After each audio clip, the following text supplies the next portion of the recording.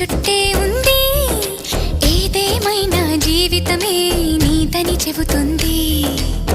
నిన్ను చేరి చతగా ఆడాన సరదాలా కేళి, ఇక చూడు రోజు అయిపోదా సరసాలా హోలీ.